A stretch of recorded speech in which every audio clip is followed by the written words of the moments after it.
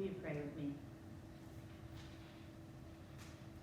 Loving and gracious God, may the words of my mouth and the meditations of all our hearts be acceptable in your sight, our Creator and Redeemer. Amen. This is such a painful and hard story to hear, this story of Hannah. Mostly because she is in such grief and anguish, and everyone around her, her husband and everybody else, is callous, cold, and lacking in compassion and understanding. But also because it's a story that reveals the stigma of people who have been trying to have children, but who have different stories around that. Maybe they have had miscarriages. Maybe they always wanted children but discovered that their bodies couldn't bear them. Maybe they are same-sex couples who don't have the means and the ways to have children. It's a hard story because it touches on so many of our emotions. And I have to say that it touches on mine too. For most of my life, I thought I would be a mom. I don't know why.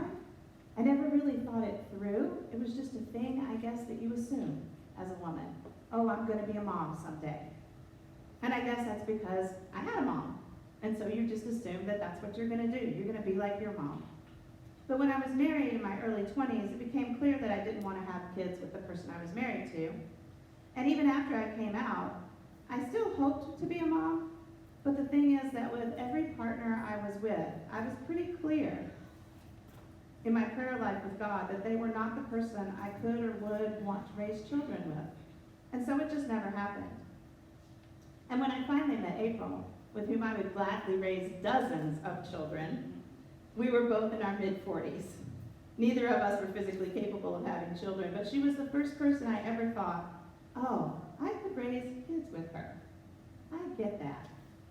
But that wasn't a possibility. So I empathize a little bit with Hannah's pain. She just wants a child. And I have so many friends in my life who have gone through that kind of longing and who have gone through all kinds of suffering just to have children. But I'm also clear that my desire to have a child is very different than Hannah's absolute need to have a child. To be clear, because the passage is hard to follow, Hannah is the wife of Elkanah, who has another wife, Peninnah. And the deal is, in the ancient Near Eastern society, is that a son means security. So if Elkanah dies, and Hannah has not given birth to a son, she's left with absolutely nothing. And so it's no wonder that she's heartbroken. Peninnah has sons. She's more than provided for. And that's why she tortures Hannah, because when they go to the temple, she always gets more from the sacrifice because she has sons and offspring, and Hannah does not. So it's no wonder that Elkanah's question about, am I not worth more to you than 10 sons, is pretty much garbage to Hannah. Because honestly, it doesn't matter how much she loves Elkanah, or if he is worth more to her than 10 sons, because if he dies, and she has no sons, she has no status whatsoever. She has no one and nothing. So she continues to cry out to God and to pray. Year after year, they go to the temple, and Hannah is tortured by Elkanah's other wife, Peninnah. And finally, one year, the text tells us she was deeply distressed. And she prayed to the Lord, and she wept bitterly, and she made a vow to God. O Lord of hosts, if you will only look on the misery of your servant and remember me, and not forget me, but will give me a male child, then I will set him before you as a Nazirite until the day of his death. Basically what she says is, God, if you give me a son, I will give him to you for a priest. And eventually, that's what happens. Hannah dedicates her son Samuel to God, and he becomes a great king. But can we just talk for a minute about bargaining with God? How many of you have done it? No, you don't have to. I know. I know. God, if you just do X, then I will do Y. Oh yeah, I've made those bargains. Who hasn't? God, if you just make my mom's passing easier, I will take great care of my dad. Which, let's be real, I would do that no matter what. Or God, if you just let my loved one survive this cancer, then I will, well, you name it. Whatever. The truth is, it doesn't matter. Our loving God doesn't work on the level of bargains. even though it may seem that way in this story. God isn't answering prayer because we're bargaining with God. God is not a God of bargains and payments and tit for tat. That's not how God operates.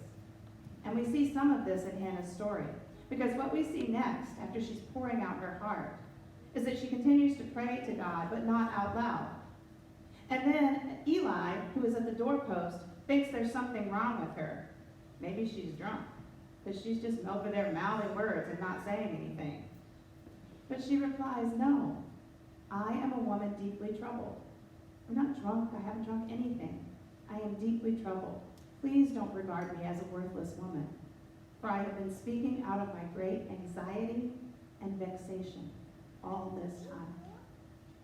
Her great anxiety and vexation. Friends, what are the great anxieties and vexations in your lives? What are the things about which you would bargain with God? What keeps you awake at night? What keeps you praying? What hurts your heart so much that you can't sleep and you can't focus and you don't care what others think of you? That's how Hannah felt. I know I have a great many anxieties and vexations, and I'm sure you do as well. I worry all the time about what kind of world we're leaving to the next generation, or how can we affect climate change, or how can we bring more justice to our broken systems? How can we change our broken systems? And what will the world look like for the beautiful youth and children that we see here week after week? These are some of my anxieties and vexations, and I'm sure you all have your own, as Hannah had hers. But finally, after brushing her off, after dismissing her pain, somebody hears her, and Eli says, "Go in peace. The God of Israel grant the petition you have made to God."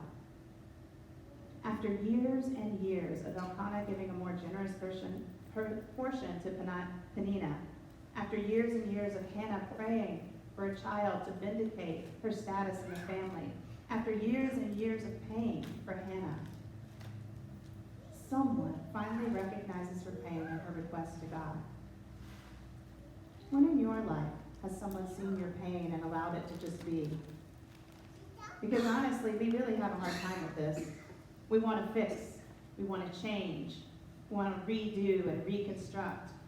But what Eli finally does, after so many years of Hannah being minimalized and talked down to, he just listens. And when he does, he realizes that he needs to ask God for the same thing Hannah is asking for. May the God of Israel grant your petition. So here's the thing. Our question for this week is, where does it hurt? And when we ask that question, we need to be ready to hear the answer. Was Eli ready to hear that Hannah was pouring out her heart to him and to God? He probably wasn't, but he had to hear it anyway, because he asked the question. Or he accused her of being drunk, so maybe not asked a question. And she had the chance to defend herself, to say, no, I'm not drunk. I'm calling out to God, out of my anxiety and my vexation. So friends, when someone asks you, where does it hurt, what comes to mind? What are you ready to share? What feels closest to your heart? If you were pouring out your anger, your grief, your sadness, other strong emotions to God, what would you say? Would you appear drunk? Would you be able only to mouth the words that you want to say? Or would you maybe be able only to allow those words to be said in the silence of your heart, directly to God? Hannah went against all the people who wanted her to be different, who wanted her to pray differently, who wanted her to grieve differently, who wanted her to just maybe be a bit quieter about her life and her needs and what was going on with her. But she chose not to do that. She chose to pour out her soul to God. And so I ask, what would you say if you were to pour out your soul to the Lord? What are the things that you haven't said to God that you might like to say? What are the things that you feel like the world is telling you to keep quiet about? We don't talk about those things. With whom might you feel comfortable sharing them, even if it was awkward? Would you at some point realize that sharing is helpful? Or have you tried it before and found it worse than awkward? Maybe relationship ending, because that happens too. The part of Hannah's story that I want to highlight, though, is about her, not about eventually having a son, but rather the part where she says, this is what is happening with me. This is what I need. And this is how I'm expressing it. And someone finally listens. Just listens. Doesn't try to fix it, just listens. And prays along with her for the same thing she is praying for. So as we move into our time of sharing, I want to remind everyone that sharing is optional. You can choose to listen, to share, or to remain even further on the sidelines, whatever you choose to do. But our question for this Sunday's time of sharing is, what makes your heart hurt? Nobody has to participate. You can tell whatever stories feel relevant and helpful. You don't have to bare your soul. You can if that feels helpful. But tell someone, if you can in these few minutes, what makes your heart hurt? So please find someone to talk to, and thank you.